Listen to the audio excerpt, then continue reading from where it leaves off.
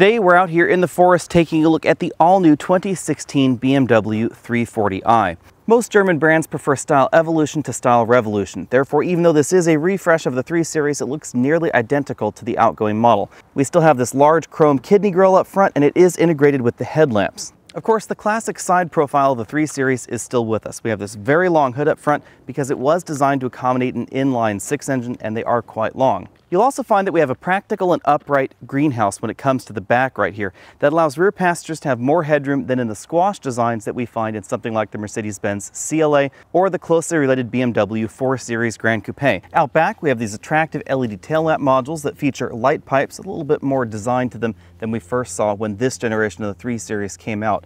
Obviously, we have 340i badging right back here and twin exhaust tips below. BMW's 3 Series is one of the best-selling luxury vehicles in the world, and with that comes a wide variety of engines. No less than 6 of them make it to the US.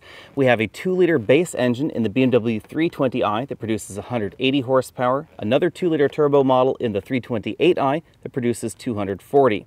Then we have a 2-liter turbo diesel that produces 180 horsepower in the 328d, a hybrid system that produces 247 horsepower in the 330e. Then we have this model right here, which is the brand new 3-liter 6-cylinder turbocharged engine, now producing 320 horsepower and 330 pound-feet of torque. They're calling this one the 340i. Most of these engines are mated to your choice of an 8-speed automatic or a 6-speed manual transmission. The model we're taking a look at does have the 6-speed manual. Front seat comfort in the model that we're testing is excellent because we do have the up-level sport seats in our model. That means that we get this manually extending thigh cushion, a 4-way adjustable lumbar support, and power inflatable bolsters. This generation of 3 Series caught some of the auto manufacturers just a little bit off guard, and that's noticeable back here in the rear seat legroom because the 3 Series grew a decent amount in this generation. I still have about 2 inches of legroom left sitting right here behind myself. Now that said, you will find an awful lot more legroom in the Infiniti Q50, which is a decent amount longer than this, and most of that growth goes right here to the rear seats in the Infiniti. Because BMW 3 Series models are used as taxis and executive transports in other countries, you do find a surprisingly large trunk for the overall size of the vehicle. Even though we have less room in the back seat than the Infiniti Q50, we actually have one of the largest trunks in the segment. It's notably larger than the Infiniti. The overall style of the interior is nearly identical to last year. Mainly what BMW did is they tweaked a few things to keep it fresh, and they've also addressed a few customer feedback items. The doors are composed of almost entirely soft touch plastic, so the entire lower portion of the door is soft touch plastic as well. Really the only hard plastics you'll find would be right here on the inside of that storage bin. The overall style of the dashboard is very much like we had last year. We have these very flowing lines molded right there into the soft touch injection molded upper portion of the dashboard. Lots of wood trim going on right here as well. Some chrome strips below that, and then we have a moderately sized glove compartment below that. Moving over to the center of the dashboard, we have our large optional iDrive screen, and then behind that we actually have a center channel speaker because we do have the optional Logic 7 sound system in this car. 2 large air vents right here in the middle. You'll find some of those small but welcome changes right below the climate controls. So we have a little cubby right here where you can actually put a cell phone, and then we have a roller lid for the cup holders. As I said, our particular model is the 6-speed manual transmission model. Now, my personal preference is for reverse to be all the way over to the right and then down, but this one is all the way over to the left and then up. This is a 4-dial instrument cluster, and our particular model has the optional upgraded LCD right over here below the tachometer. This gives you trip computer information as well as the Eco Pro display. The steering wheel is a 3-spoke round design. This is perhaps a little bit less exciting than some of the other steering wheels out there. We get sport grips right up top, but you'll notice we don't have any bump outs right below that. The 340 does not necessarily excel at every aspect of driving. There are vehicles obviously out there that are faster 0 to 60, of course stop shorter from 60 back to 0, handle better, have a better ride, etc. But the 340i is very, very well rounded. Out here on this winding mountain road, the handling is excellent thanks to the Pilot Super Sport tires that we have on this particular model, and the ride is acceptable as well. The suspension is definitely tuned towards the firmer side of things, but this is still the kind of suspension that you can easily commute with on a daily basis. Even though we have electric power steering in the 340 and that has sucked almost all of the road feel out of the steering rack, the rack is definitely precise and the weight is just about perfect. The weight is a hair on the heavy side, but I think it's appropriate for driving out here on these winding mountain roads. There is also a variable gear ratio steering system available. In terms of raw 0 to 60 acceleration numbers, we ran from 0 to 60 in 5.3 seconds, relatively repeatably with this 6-speed manual transmission. Obviously, if you're a professional driver, you're likely going to get faster results than I am. However, if you drive the 8-speed automatic transmission model, you'll get 4.8 seconds 0 to 60, professional driver or not. That's because the 8-speed automatic transmission shifts faster than any human possibly can. It also has a wider variety of gear ratios, including a lower first gear than this 6-speed manual gets. In terms of braking, we ran from 60 to 0 in 110 feet, largely because of the Pilot Super Sport tires this model has on it. Those are very, very grippy tires, and they definitely improve the ride and the handling scores. In terms of handling, the 340i definitely handles well, and BMW has tweaked the suspension over last year. Despite the tweaks, however, the 3 Series still gives up the handling crown to the Cadillac ATS.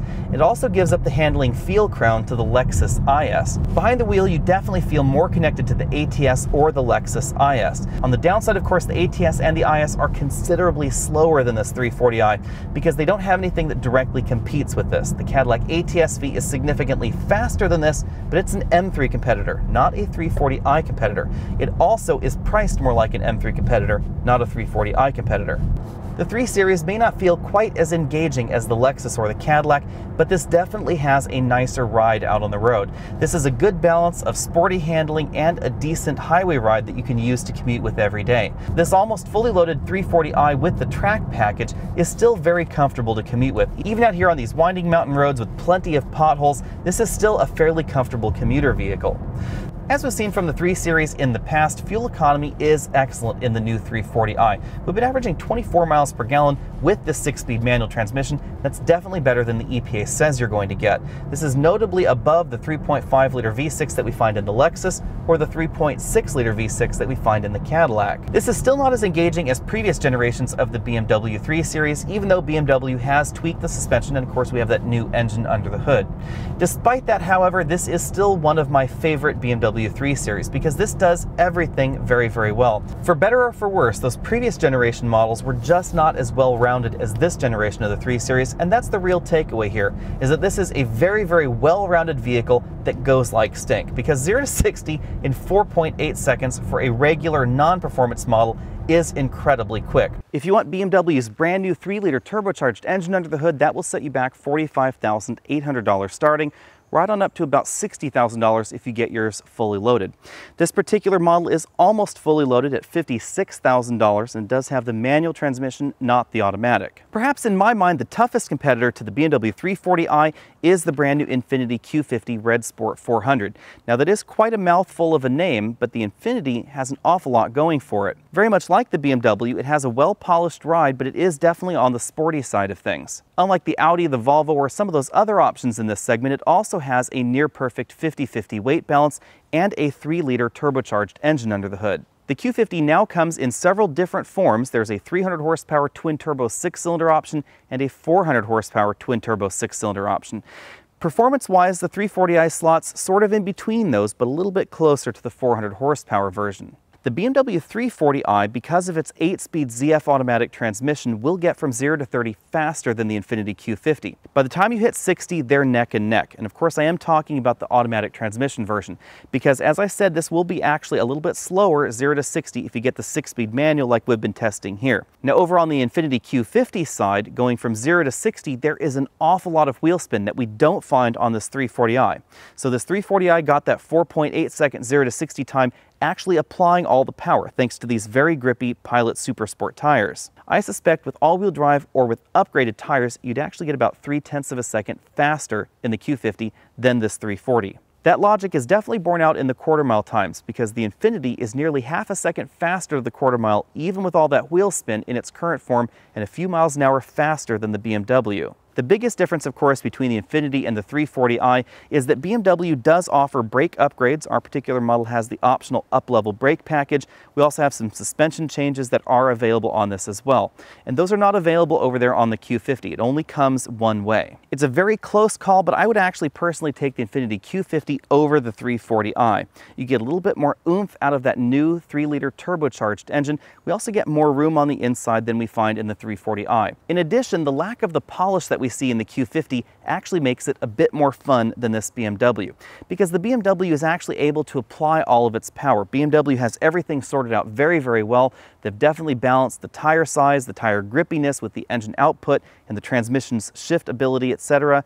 And that's not necessarily going on to the same degree in the Q50. In the Q50, if you floor it right around 3,000 RPM or so in first gear, the rear tires just start spinning. And that's an awful lot of fun. It's not necessarily productive, but it is an awful lot of fun. Thanks for checking out this video. Again, I'm Alex Dykes with thetruthaboutcars.com, and this has been the 2016 BMW 340i. Go ahead and hit that subscribe button down there, and I'll see you next week.